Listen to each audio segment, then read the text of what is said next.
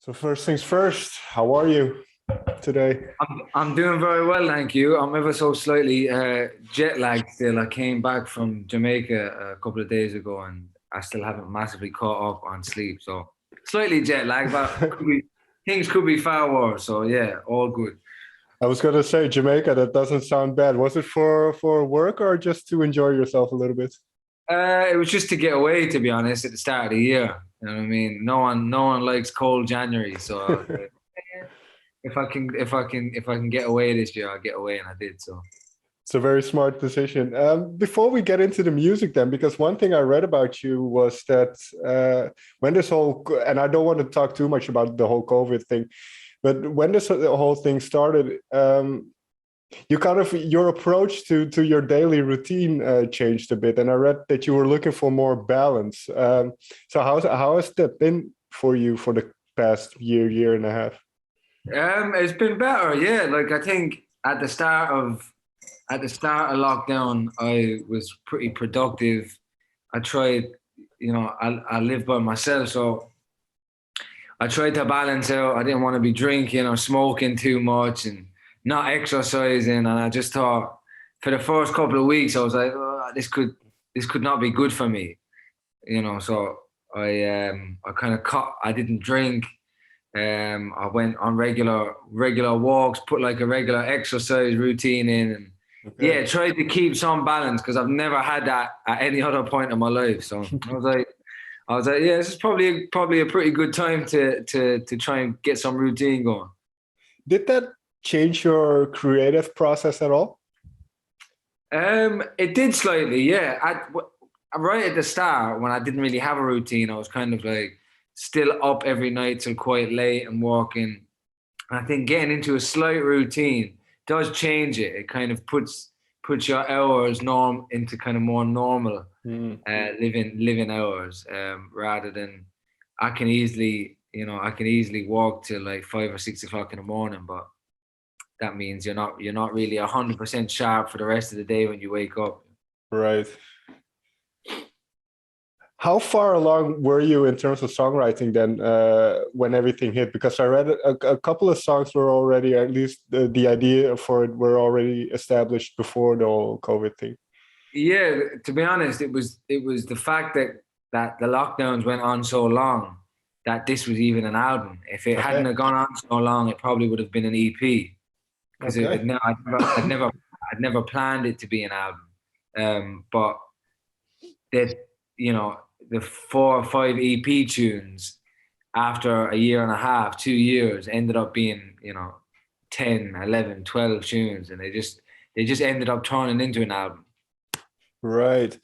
In that sense, then, maybe this is a bit vague, but what is your songwriting kind of approach? Do you write every day and then just see what comes out, or do you write with a specific goal in mind? How does the process work a little bit? No, I kind of write every day. So most of my records, I think, are collections of songs after certain periods of time. Like, on this record, it's more towards the end of the album process that I'm like, oh, all right, this is the kind of mood and the feel of it. What's missing? At the start, it's never really that. It's just kind of, you keep creating, and then I step back and go, all right, normally when I create for a period of time, that period of time has a feel or a sound to it, or a message or an emotion or something that is a thread throughout. So it's normally only at the end of the record, especially with this album, that I was like, I sat down and go, all right, what's missing? I'm on 9 tunes here that I like. What do I feel like could fill the gaps?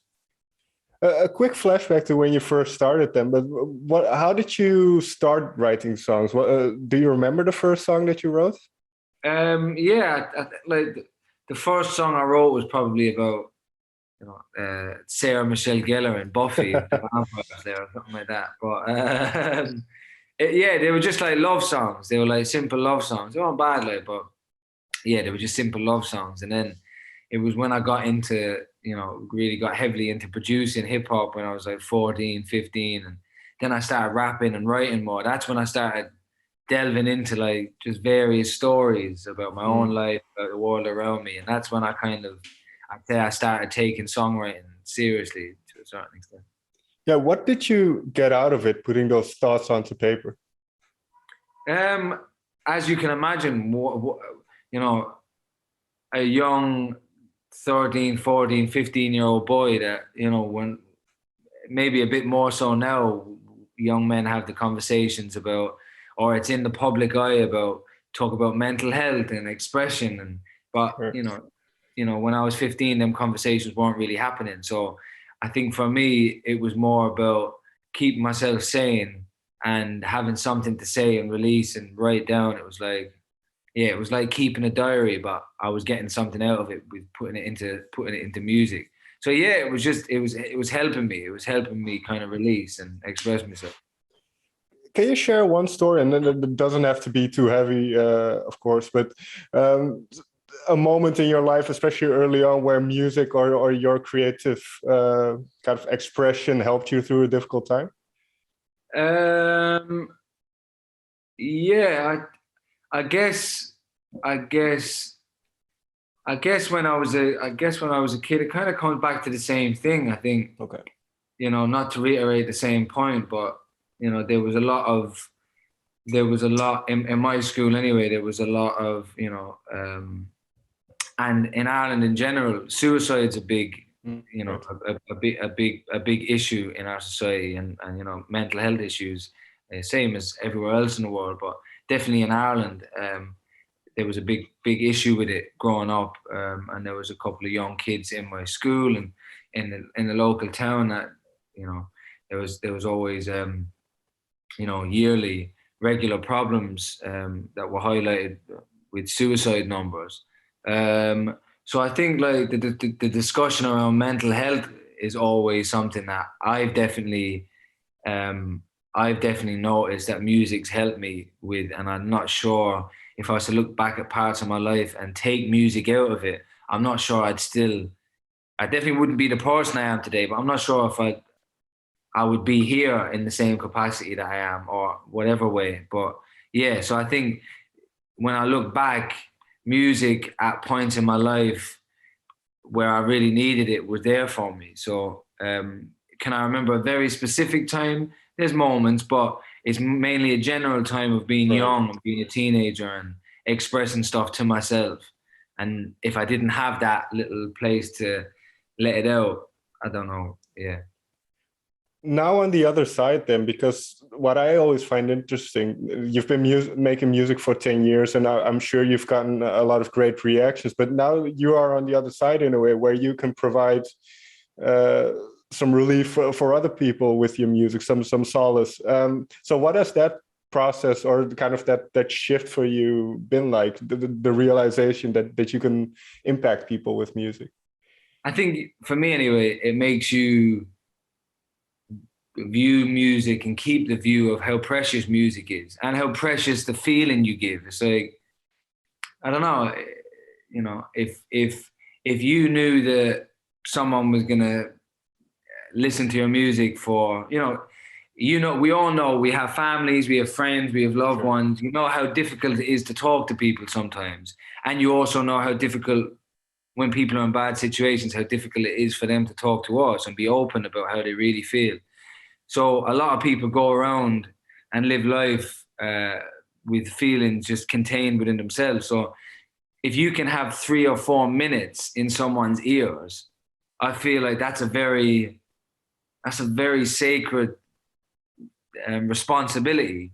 So do I want to be, you know, it doesn't necessarily mean that every song I need to be talking ultra deep and how are you feeling today, you know, because you don't need that all the time. That's not what you need, but you also have to, I feel like you have to appreciate that's a very special and beautiful thing. And there's a responsibility attached to that, in my opinion. And I want to take them 3 or 4 minutes in someone's ear to at least give them something that they can feel either not alone or take into the world and help them in some way.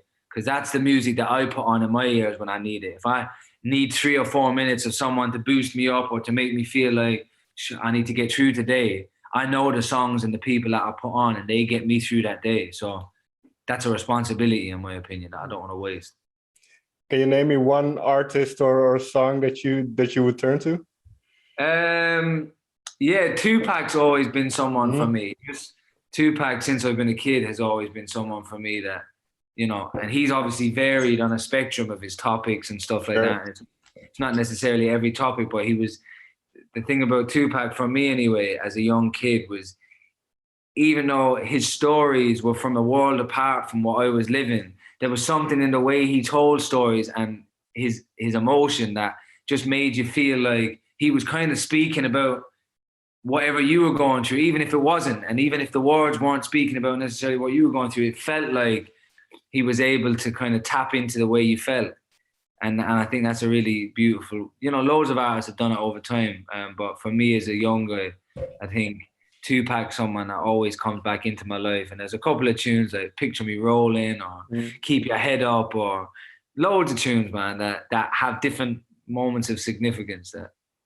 Oh, I agree completely. I grew up with it too. And some of his kind of ways of looking at the world still influence me today. And I can still listen to his songs and it'd be perfectly applicable to what is going on now. So. Right. I was walking, you know, Changes is always the song that kind of like, you know, and that's probably one of the most popular songs that people know. Even the other day, I was walking down in a place near me in North London, and I hadn't listened to Changes specifically in a long while. I was just like, the relevance of the lyrics in this song, that it's sad that they're still so relevant, but it's powerful that he was able to write so well. You know what I mean? Well, getting back to your music then, because you mentioned you first just started writing and started forming songs, and it's usually a collection of songs within a certain time period that starts to become a cohesive whole, I suppose. So what was that initial spark or that initial, I don't know if eureka moment is the right word, but kind of that moment where you thought, okay, this is going in a certain direction. This is kind of, these songs are linked together in some way. There's a song on the record called Like This. And Like This it's kind of different from a lot of the songs on the record, but it kind of sounds like a song I would have made when I was maybe like 18, 19. And it's quite like a traditional hip hop beat with a wonky guitar over, and it's just me spitting two verses and singing a chorus. But there was something about it that when I put it into the mixture of all the other songs, that it just felt like, I can hear where this is on an album. Whereas before it felt like a collection of 5-6 songs that felt nice together.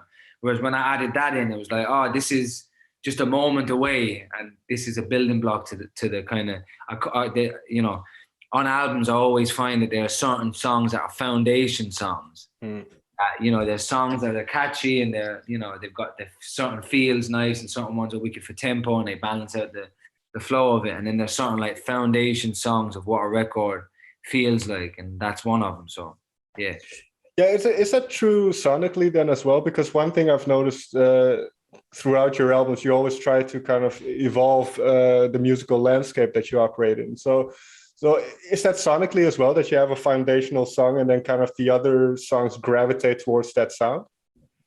But I don't think I ever do that. I don't think I ever do that. That just comes naturally. I think it just like, normally there is like the standout one or two tunes that end up embodying the sound of the record. But normally I kind of, what I've noticed is that I create in blocks just naturally anyway, and that will sound like a specific feeling of a specific time. And that's kind of, that's more where the album's centered around. What is one thing sonically that you focused on for this album? Was there anything maybe productionally or? I think for me with this record, which I kind of did on the last, but I wanted to do more on this record, was one, I wanted the record to feel a bit more stripped back so that the voice was more at the front of everything. But I always like creating the mood with BV stacks and how you treat backing vocals and layers. And I just think, you know, the voice is a really powerful instrument, and I've always tried to expand on how I use my voice as time's gone on and use it as an instrument. And so on every record, I've tried to make sure that the voice is within the mood and the background production as much as possible, and used in harmonies and layers and kind of like shouts or yelps or whatever it is, percussiveness, whatever, that the voice is used as much. Because, yeah, I think what I always want to maintain is using that voice is almost like a signature sound as records go on. So whether the feel or the sonics or the record change, there's these kind of moody BVs that come into the background and they kind of bring you into the world automatically. Right. Which song that ended up on the record was the most difficult for you to write lyrically or thematically, maybe?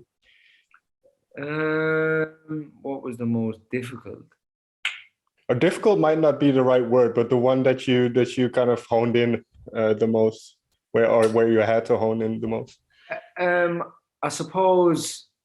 I'm trying to think what one was the most. It was probably like, yeah, it was probably, and this wasn't even difficult to write, but it was probably Good Man, because Good Man is quite the melody came very easily, and I think when the melody comes really easily for me with songs, it's a beautiful thing, but there's also the side of it that I voice note everything.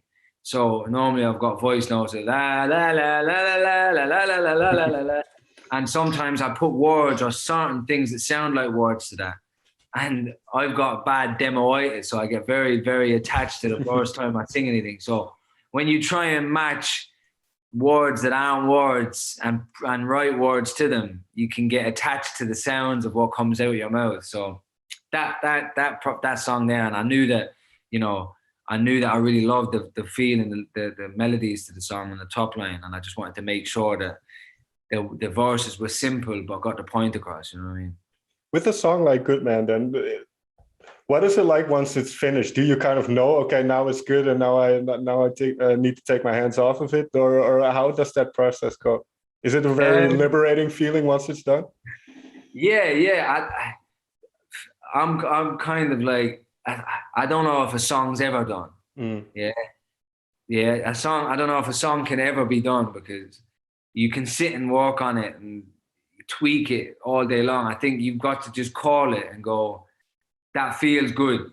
I feel like I've added enough in, because realistically, I'm the worst person for going, no, we can add some more into that, or let's add another section on. And it's not always needed as that. Sometimes a 2-minute song is in and out, and that's it. You know what I mean? And that's all it needs sometimes. So yeah, I feel like that was probably one of the easiest records to finish on the album.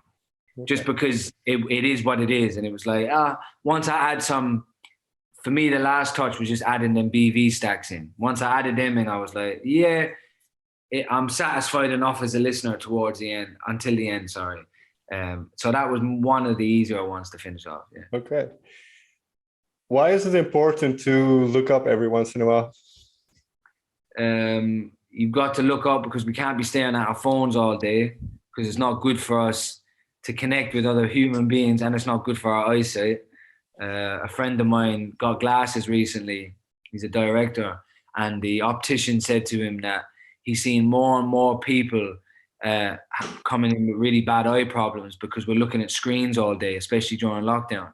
So it's going to affect our eyesight. So we've got to look up.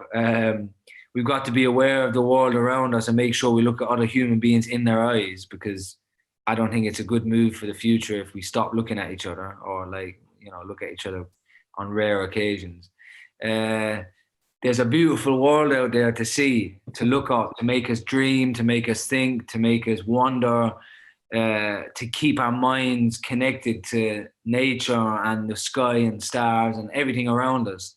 And if we're always looking down and we're looking just, blaming our peers or our neighbors for the world's problems, we're never looking up at those in positions of responsibility. We're always looking down and like blame the immigrants, or blame people on benefits, or blame this or blame that.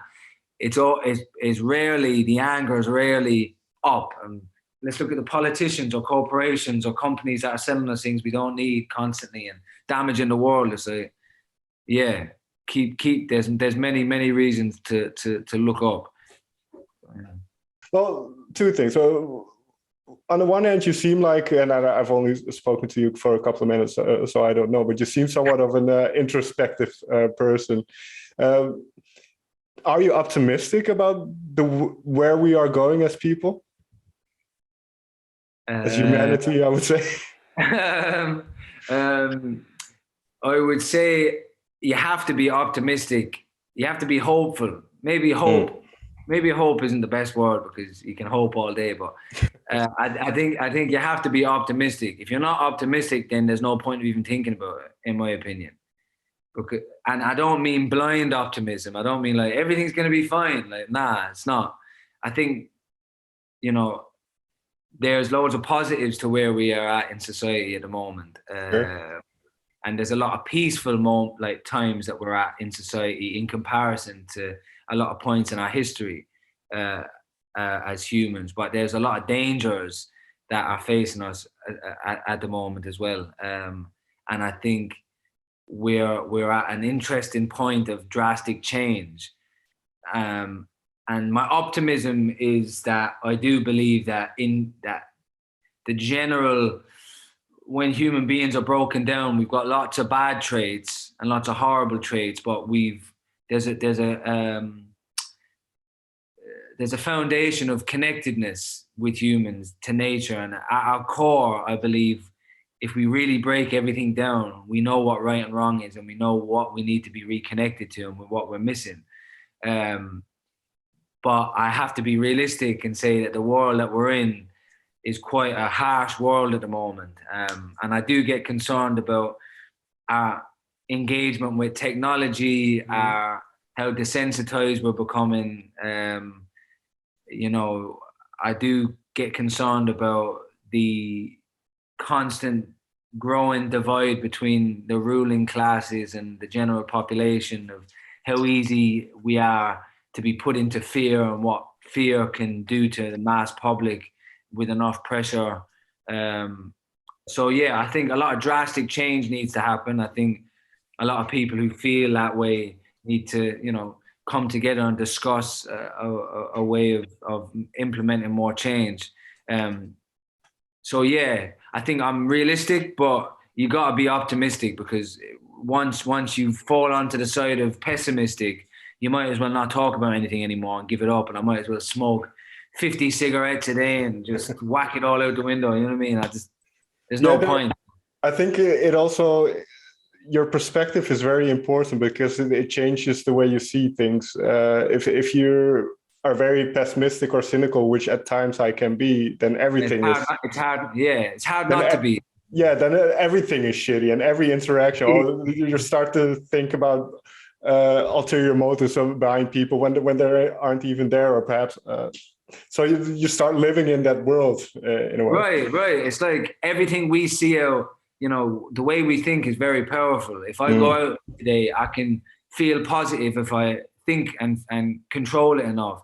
If I go out and I think pessimistic and feel cynical on absolutely everything, then I'm going to attract that, and I'm going to be around it. I'm going to view the world like that. And then, what I think was it a Che Guevara quote, or was it a Fidel Castro quote, where he said, every revolutionary needs to be a romantic. Was that it? Or every revolutionary needs to be optimistic. You cannot be revolutionary without being optimistic. I think that was the quote. I might be quoting it wrong, but it's something along them lines. And it's true, because you can't truly say that you believe in a future that change can happen if you don't have optimism or romanticism alive. If you're just harsh and cynical, and well, then you don't believe. Right? What's the point? And then you don't really believe in your core that change can happen. So you're never going to enact it or do anything to do it to change anything yourself. So keep that optimism. Fair. Well, one last question. And when can you be back on stage in a proper fashion again? Fingers crossed at the end of February. Okay. We're starting shows. We're doing UK shows, obviously with restrictions. I won't be back in Europe for a while, but hopefully that'll all change soon. So, Maverick, thank you so much for taking the time. It's been a pleasure. Thank you. It's been a lovely interview. It's a nice way to start the morning.